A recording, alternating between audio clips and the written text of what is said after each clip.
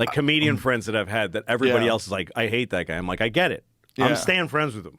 I get it. I'm not going to defend him all over the place, but you're talking to me. I'm friends with Alex Jones. Yeah, Jesus Christ. I mean, Jesus Christ. I mean, that's the ultimate example of that. Oh. Yeah. On a big scale, too. That's got to be hard. The biggest scale. Oh, the biggest scale in the world. That takes a lot of fortitude to hang in there. He's not a bad guy. No, he had a psychotic break.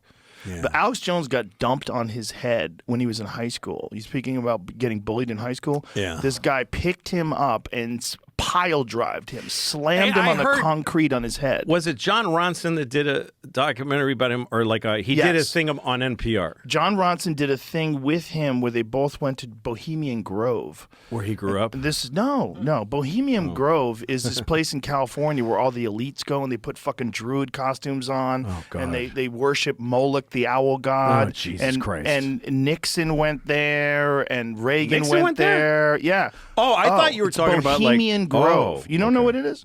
Nixon and Reagan went there? Bohemian Grove is a famous place where rich world leaders would meet in Northern California, and they literally worship this Moloch, the owl god, and everybody thought it was bullshit.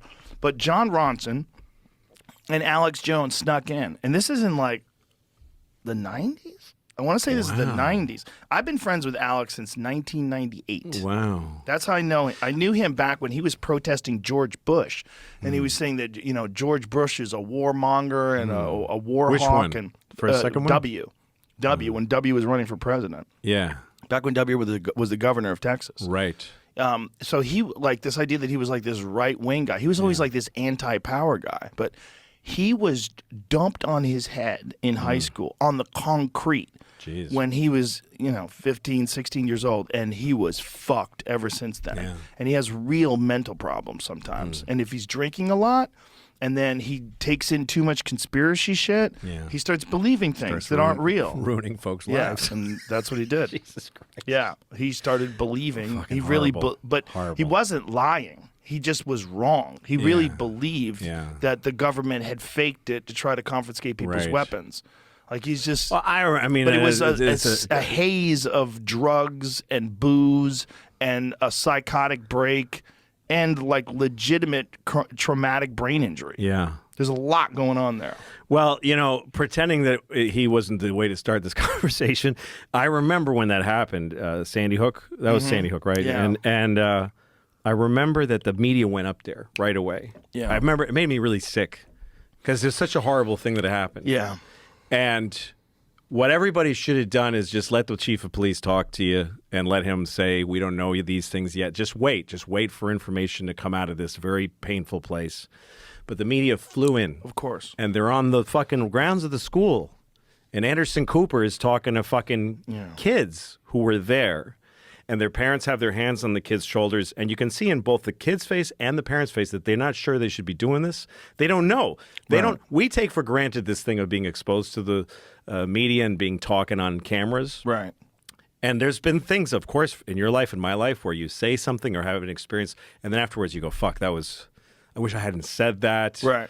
Or I didn't know how this would feel is the thing, right? So somebody who is not even in public life and who just suffered a off the charts trauma, and Anderson Cooper and his producers going, no, you should talk, talking them into it, saying you should talk to the world right now. You should be on the news talking about it now. We don't want to wait till later. We don't want to do an expose 10 years later. What was it like, or even a year? We want to know right now. So why does it have to be now? Why can't you just talk to the stoic chief of police who says, here's why? Because because it's just dirty greed. It's just dirty.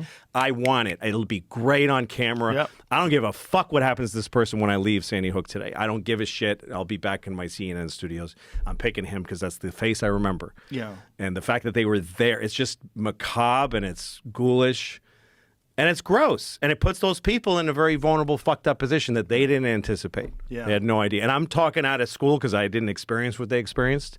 But as a person sitting and watching, I'm like, I'm being told too much. I know too much about this too soon. And that's not because I need to know or it's going to help fix what happened. It's because somebody they just want it. Because it drives ratings. That's it. That's it. It's just money. Yeah. So, and that there's been an extensions of that throughout the history since then. Of every time something bad happens, nobody slows down and thinks about it. Well, there's also a thing that happens where you get eyewitness accounts that are all fucked up. And one of the reasons why eyewitness accounts that are fucked up is because when people experience a traumatic incident, their memory is very confused.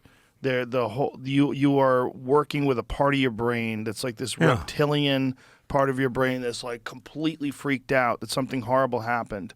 And that happened after 9/11.